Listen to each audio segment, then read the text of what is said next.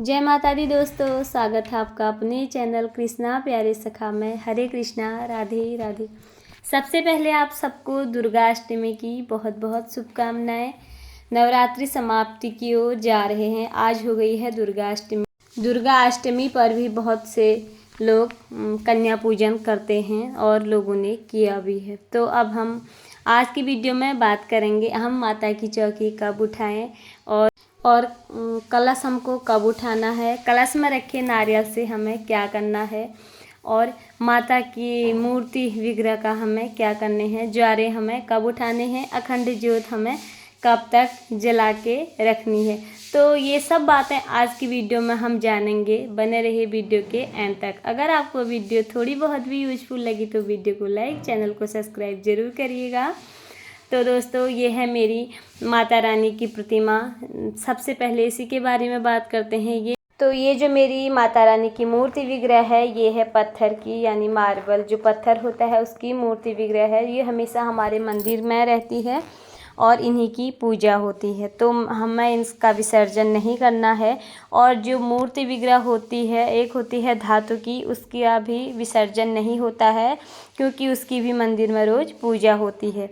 तो इसका हम विसर्जन नहीं करेंगे। अगर आप लोगों ने मिट्टी की माता की मूर्ति मंदिर में स्थापित कर रखी हैं तो आप उसका विसर्जन आपको ज़रूरी करना पड़ेगा। अगर आपने मूर्ति विग्रह में नहीं, माता के फोटो में, नौ रूपों के स्वरूप में अगर आपने इस स्वरूप में माता की पूजा की है नवरात्रों में, तो ये इसकी आप रोज़ सुबह शाम पूजा करते हुए आप अपने मंदिर पे रखें और इसकी भी आप रोज़ पूजा कर सकते हैं। इन फोटो का भी आप विसर्जन ना करें। इस फोटो को आप अपने मंदिर में रख के इनकी रोज़ पूजा कर सकते हैं। तो अगर आपने मिट्टी की प्रतिमा रखी है तो उनका विसर्जन करना अनिवार्य होता है। तो दोस्तों, अब बात करते हैं कि माता की चौकी कब उठाएं। अगर आप अष्टमी को कन्या आपने बैठा ली है, कन्या पूजन कर लिया है, या आप नवमी को करने वाले हैं, तो माता की चौकी को हम 10वीं तिथि को ही उठाएंगे। और नवरात्रि तक हमारे घर पे अखंड ज्योत भी जलेगी और माता की चौकी भी वहीं पर रहेंगी और माता जी भी विराजमान वहीं पे बैठे रहेंगी। तो 10वीं की तिथि को हम इस चौकी को उठाएंगे और ज्वारे भी हमें उसी तिथि को, 10वीं की तिथि को ही विसर्जन करना होगा। इन ज्वारों का भी जो हमने बो रखे हैं। तो कलश पे रखे हुए नारियल का कुछ लोग तो इसे प्रसाद के स्वरूप में तोड़ के कन्याओं में बांट देते हैं। मतलब जो जिन कन्याओं को वो पूजते हैं उन्हीं में बांट लेते हैं, प्रसाद के स्वरूप में खुद भी ले लेते हैं। लेकिन हमने इसमें 9 दिनों तक पूजा करी होती है। इसमें सारे देवी देवताओं का वास माना जाता है। तो इसको मैं करती हूँ विसर्जन। तो इसका विसर्जन किया जाता है। और जो दूसरा नारियल है उसी को हम तोड़ के उसी का प्रसाद हम माता रानी को अलग से चढ़ाते हैं अष्टमी तिथि को, उसी नारियल को तोड़ के हम उसका प्रसाद के रूप में उसे बांट सकते हैं। तो ये अपने अपने नियमानुसार आप लोग जैसे करते आ रहे हैं वैसा कीजिए। लेकिन मैं इस नारियल का विसर्जन करती हूँ, इसको तोड़ती नहीं हूँ। तो कलश को भी हमें 10वीं तिथि को ही उठाना है। और नारियल मैं तो विसर्जन करती हूँ, आप चाहे तो प्रसाद रूप में लेते हैं तो आप प्रसाद के रूप में भी बांट सकते हैं। तो जो कलश पे रखा हुआ जल है उसे हम सारे घर पे छिड़केंगे और घर में जितने भी लोग हैं सबके ऊपर इस जल को हम छिड़केंगे, क्योंकि ये किसी अमृत से कम नहीं होता। इतने दिनों ये माता के आगे हमने रखा होता है, इसी में सारे देवी देवताओं का हमने आवाहन किया होता है। तो ये सबसे महत्वपूर्ण जल होता है हमारे घर के लिए। घर में ये सब जगह छिड़कें और बचा हुआ जल आपको सारे गमलों में डाल देना है। तो ये रही कलश के जल की बात। और कलश में जो हमने हल्दी की गांठ डाली हुई थी तो उसको हम भूमि विसर्जन करेंगे या किसी गमले में उसे गमले के अंदर रख लेंगे। और जो हमने कलश में सिक्का रखा है उसको हम अपनी तिजोरी में रखेंगे।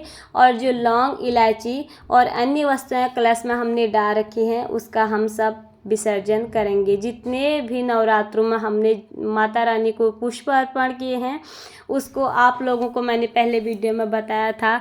हमने एक थैली में या किसी भी बर्तन में उसको इकट्ठा कर रखा है।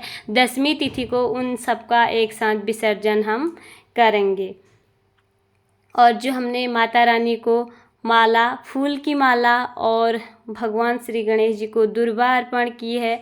और जो हमने कलश में आम के पत्ते, अशोका के पत्ते, जिस किसी के भी पत्ते हमने रखे थे उनका भी हम इसी सामान के साथ विसर्जन करेंगे।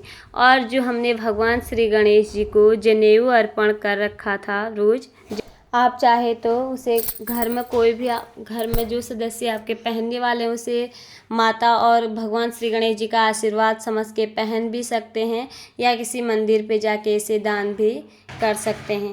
और जो हमने इतने दिनों तक जो भी धूप प्रज्वलित कर रखी है और जो भी दीपक हमने प्रज्वलित कर रखे हैं और पुराने फूल की माला और भगवान श्री गणेश जी को चढ़ाए हुए दुर्वा और जो भी वस्त्र रूप में हमने कलावा देवी देवताओं को अर्पण कर रखा है उसे भी आप हो सके तो अपने बच्चों के हाथ में बांध लें। अगर वो बहुत छोटे हैं तो उनका भी हम विसर्जन हमें करना होगा।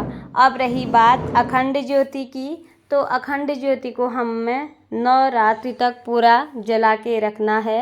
नवरात्रि का मतलब है पूरे नवरात्रि तक माता की अखंड ज्योति प्रज्वलित होनी चाहिए।